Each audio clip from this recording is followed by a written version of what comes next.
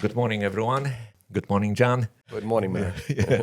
So today I have a special guest, John Colonna. He's one of the best in the field real estate attorneys. Thank you. And his office is close by our location in Ridgewood. He's actually in Meadow Village.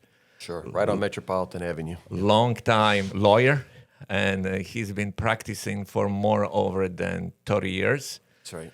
And the office is located right on the Metropolitan Avenue, Right in the heart. right in the heart. So, John, before we go in, maybe I'm gonna give you POCA, which is preview of coming attractions. Okay. So we're gonna talk a little bit about your practice, but more we're gonna dive in maybe in the title work, commercial stuff. I know you do a lot of transactions a year, so you cover almost everything. But like in real estate, expect the unexpected. That's right. There's always something new than you don't expect, and always you have to deal with it.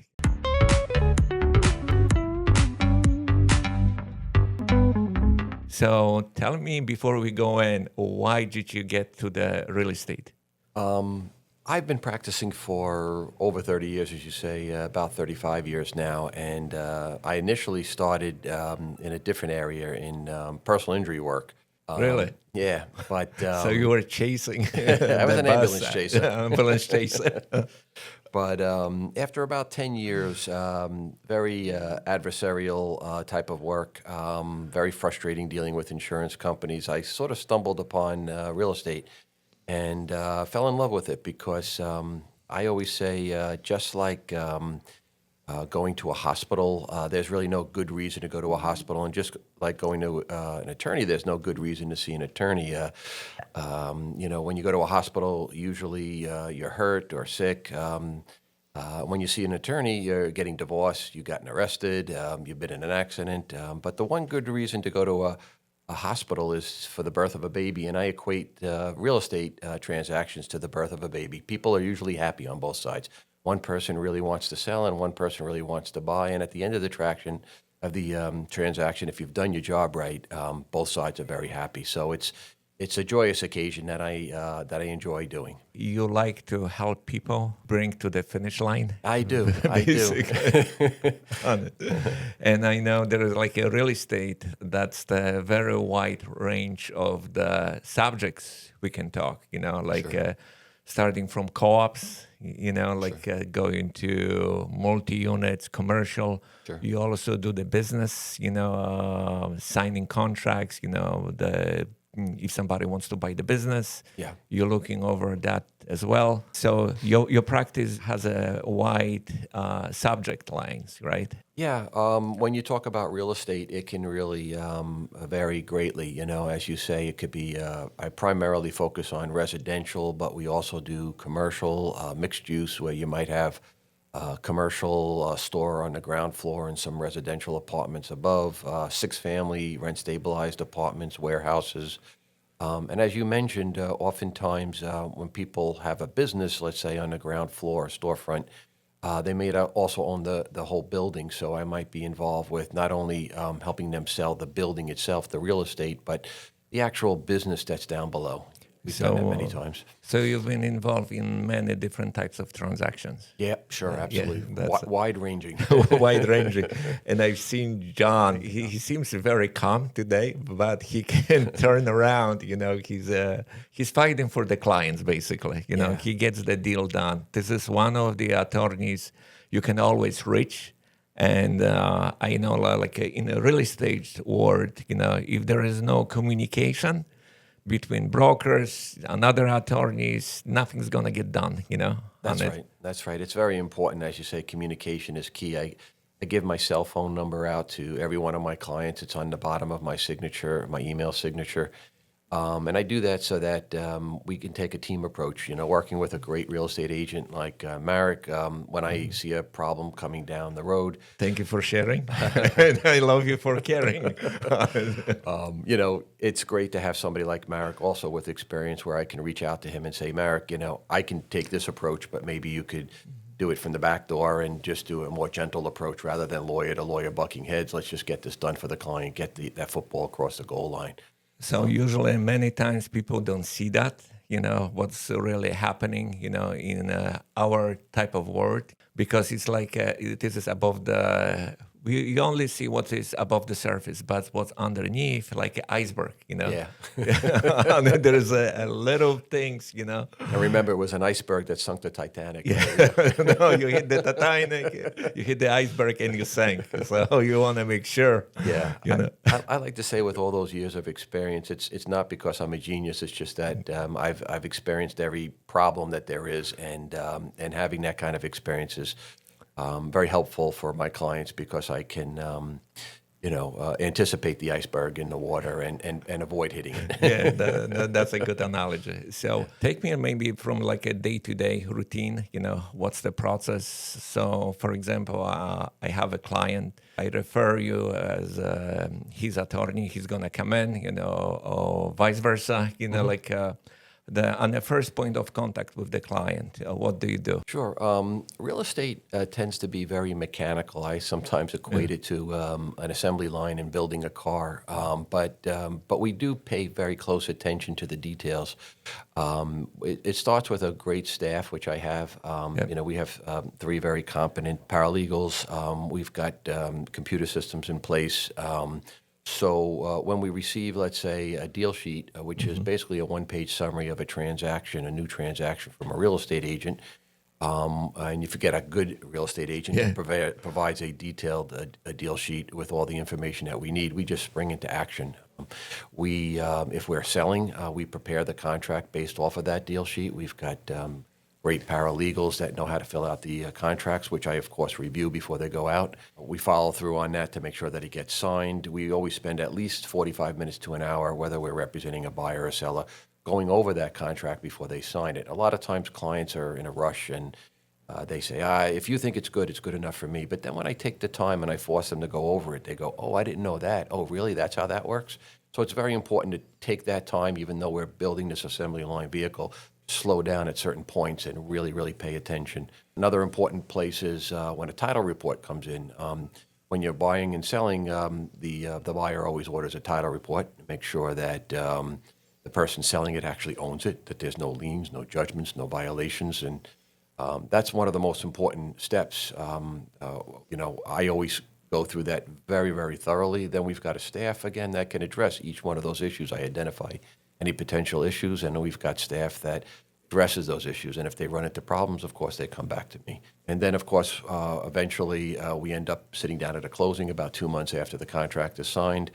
And we make sure, if we're representing the seller, that we've prepared all the papers very thoroughly so that it's a smooth transaction. We're in and out of there quickly, and everything is done right. Or if we're representing the buyer, that on the other side, whether it's the bank that's preparing the papers, that's lending the money, or the seller that's prepared the papers, that everything is done right. One little mistake can cause major problems later on. It seems routine, but it's attention to detail that matters when you're building that car. That finished product has to be perfect. Yeah, that's a great analogy, like you're building a car, from the beginning to the end. That's right. When it rolls off that assembly line, you want to make sure that there's no wind whistling through the windows or the steering wheel is on right. There's no tires that are going to fall off. How often do you find issues with the title? For example, you have a single family and or either 2 family, they're selling as a 2 family, and the title comes in as a single family on it. Yeah, sure. So what do you do then?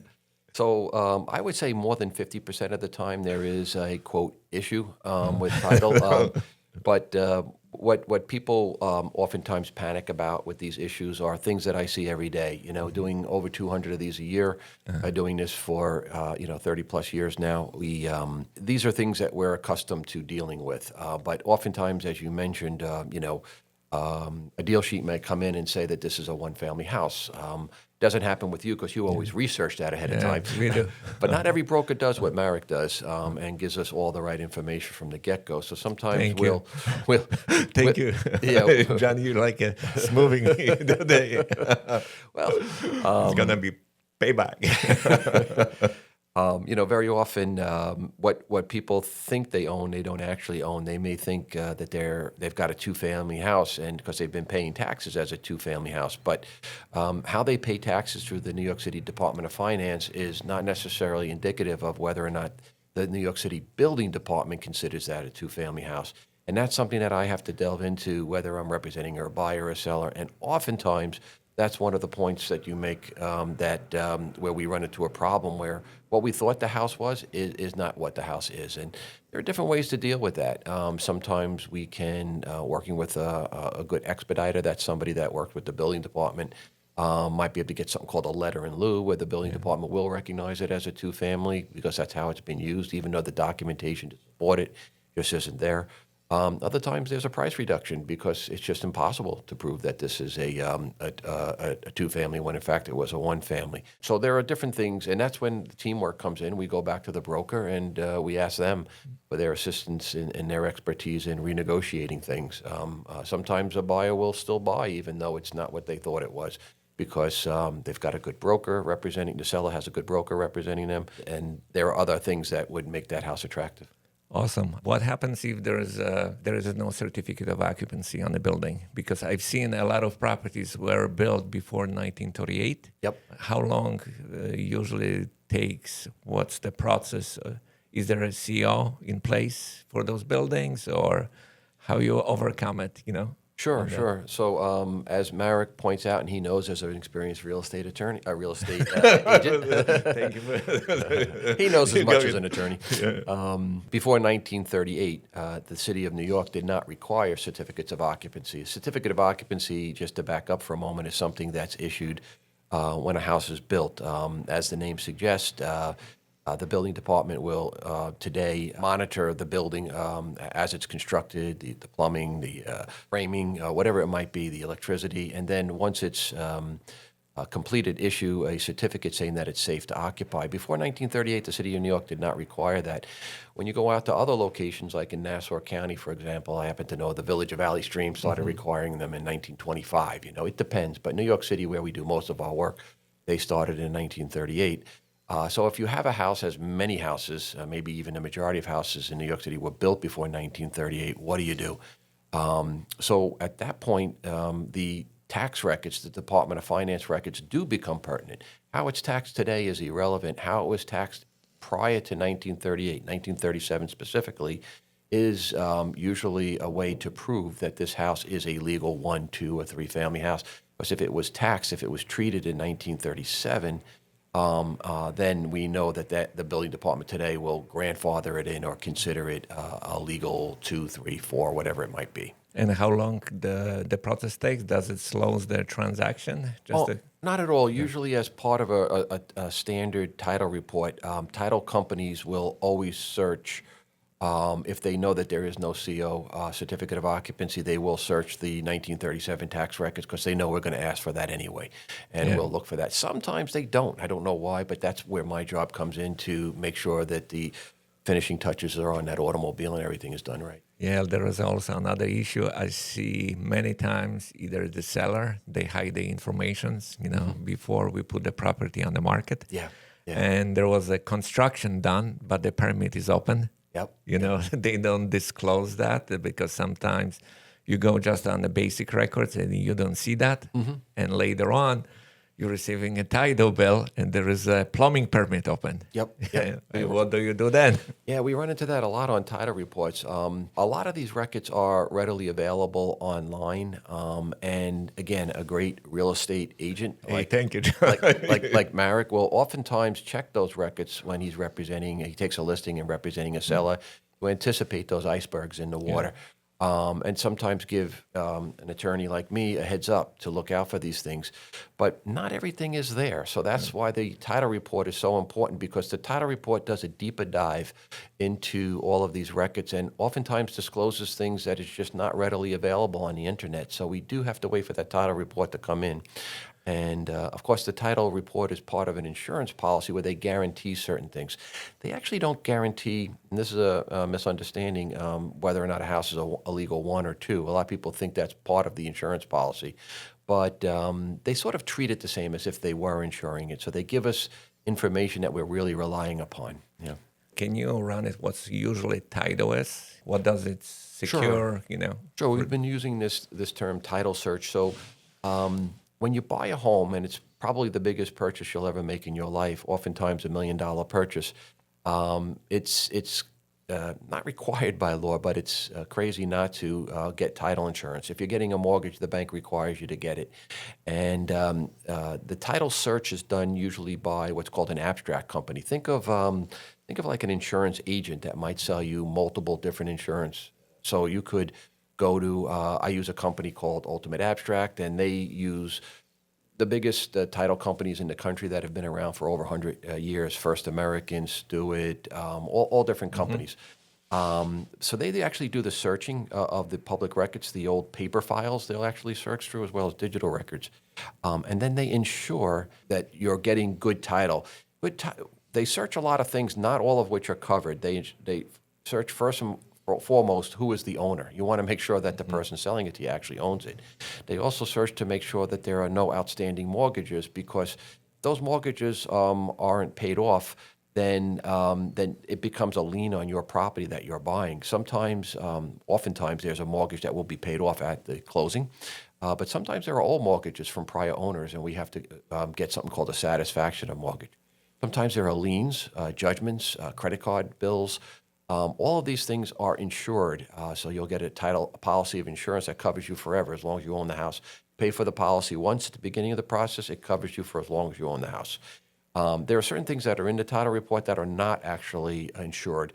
Violations, as we mentioned, open permits, certificates of occupancy. Those are not actually covered by title insurance, but they do search those for us. So we have to pay close attention to those things as well. So later on, you can contact the broker on the buyer. There is an issue with it. Yeah. We need to, if you're representing the buyer, Yep. we need to justify it, the maybe the price, or they can take care of the permit, on it. But knowing in New York City, it takes very long time, to get the stuff done through the building department. That's right. And it can open up the can of worms. Yeah.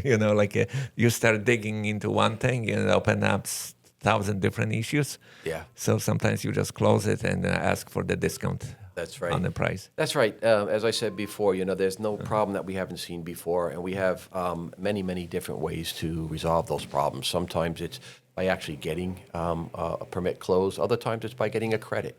You give a credit to a buyer, and then the buyer takes care of it later on. Sometimes it's an escrow. We put money in escrow, and we take care of it post-closing. So we have solutions for all of this. Yeah. How do you handle, for example, there is two people, they want to sell it at the beginning, they sign the contract, and later on, they fighting, on it. They don't want to sell it, Have you ever seen something like that?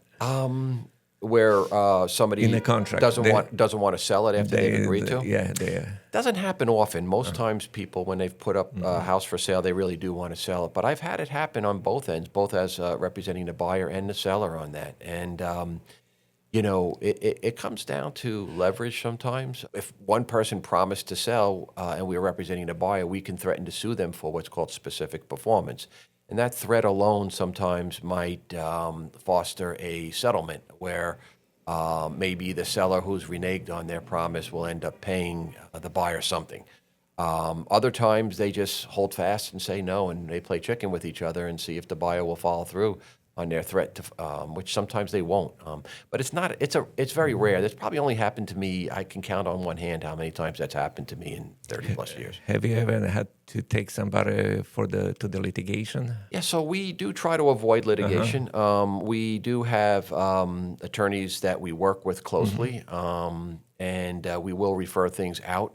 I prefer to concentrate on that assembly line and building the car, because if I do the litigation, and I have done it before, and from experience, it takes me away from my other clients being able to take care of their needs. As I mentioned earlier on, I did a lot of litigation early in my career in personal injury, and drafting of the summons and complaint, motion practice, all different things, even picking juries and things like that. I've done all that, but it's very, very time consuming. So it would take me away. So I try to stay in my lane, so to speak. And when we run into a problem like that, we do have people that we can refer them to that are excellent with this type of things. And oftentimes, just the threat of a lawsuit fosters a settlement that both sides are happy with.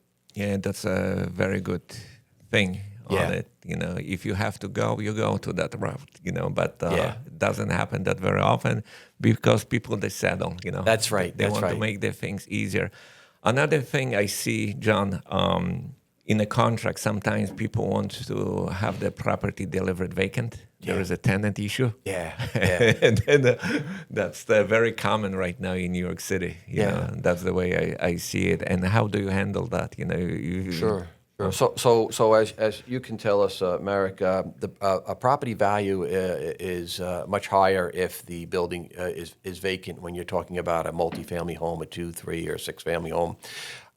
The thought process, of course, being that the buyer thinks that they can always get a higher rent. I don't know how true that is, but they think they can get more rent. So they would pay a higher price for that property if one or more of the apartments are vacant. Oftentimes, a seller will come to a real estate agent and say, well, it's a 2-family house, and I told my tenant on the second floor to leave. And they're going to leave, right? But Yeah.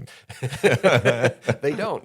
So we represent in the contract that tenant will leave on the second floor, and lo and behold, the closing date comes, and they're still there.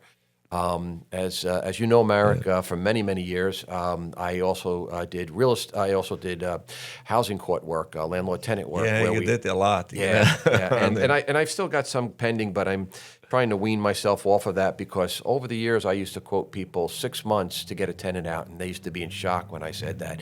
Then it went up to about a year because the laws in New York City have changed, and then about a year and a half. Now it's taking almost 2 years to get a tenant out. Really? Yeah. From the beginning to the from end? beginning to end. That's the average, and it's just because they've been enacting more and more legislation to protect tenants because of the understandable housing crisis in New York City.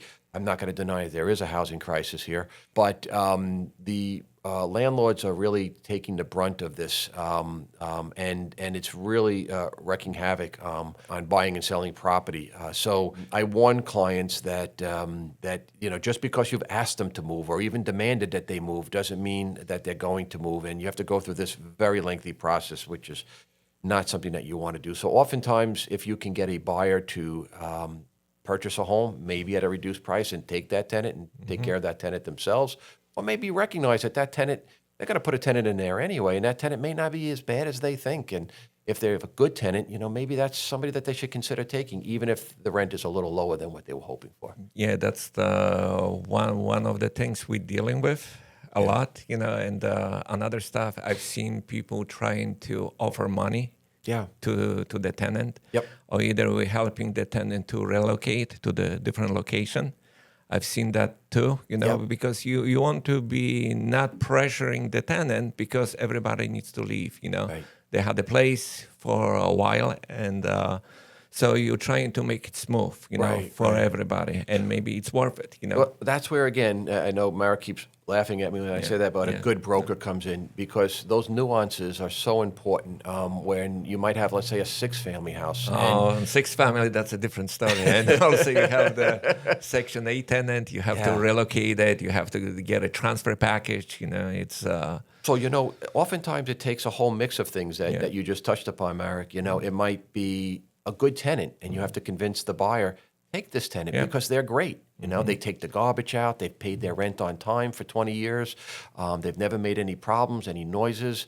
Other times, this might be a problem tenant, so pay them to leave, And it might make good business sense to get rid of that tenant by paying them to leave. And that's completely legitimate and legal to do. You can't harass them, that sort of thing. So it's finding that right balance, that right mix where a great real estate agent comes into play, where they take the totality of the situation. They look at the whole building and they take an approach, maybe finding that tenant another place to move, as Marek mentioned.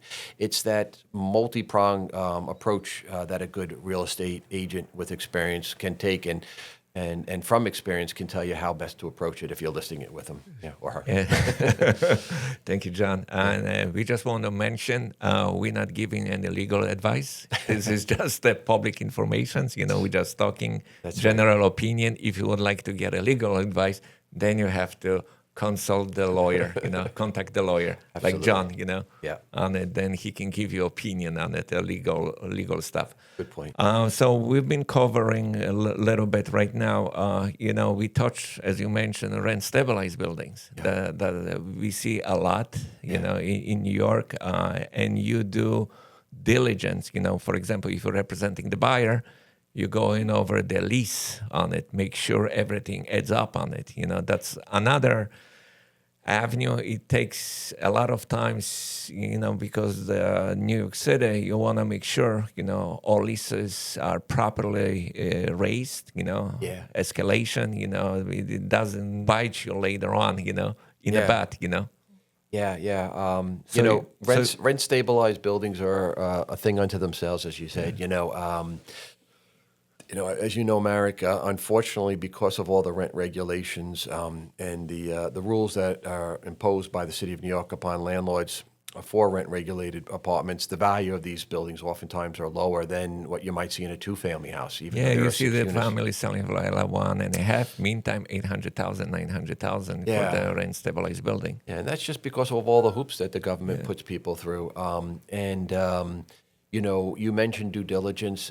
To a certain extent, we try to do what we can, but I have found, I would say 98% of buildings sellers are just not doing what they're supposed to be doing, whether it's meeting all the, what's called DHCR, the Department of Housing and Community Renewal, which is a state organization that oversees rent stabilized buildings, or the city building department regulations. Most landlords just are not meeting all of the requirements, not because they don't want to, but it's impossible to figure out what needs to be done, whether Yeah, it's there's registering the apartment, registering the building, filing what they need to do. Some of it used to be in person, some of it's online. It's just impossible to keep up with these things. So oftentimes, I have to warn a potential buyer that you're probably going to be buying a building with potential problems, that the rent escalations or increases that they've done over the years may have been calculated incorrectly. And that could be a ticking time bomb for a potential buyer. So these are the risks inherent, and that's why the price reflects these hurdles that they have to overcome. Yeah, that's true, because you're getting cheaper price. Like probably when you started the practice at that time, rent stabilized buildings were much cheaper than regular buildings. Yeah. Then the area has changed through years, so they were more expensive. And suddenly, since 2019, I see the same effect. What was in 90s.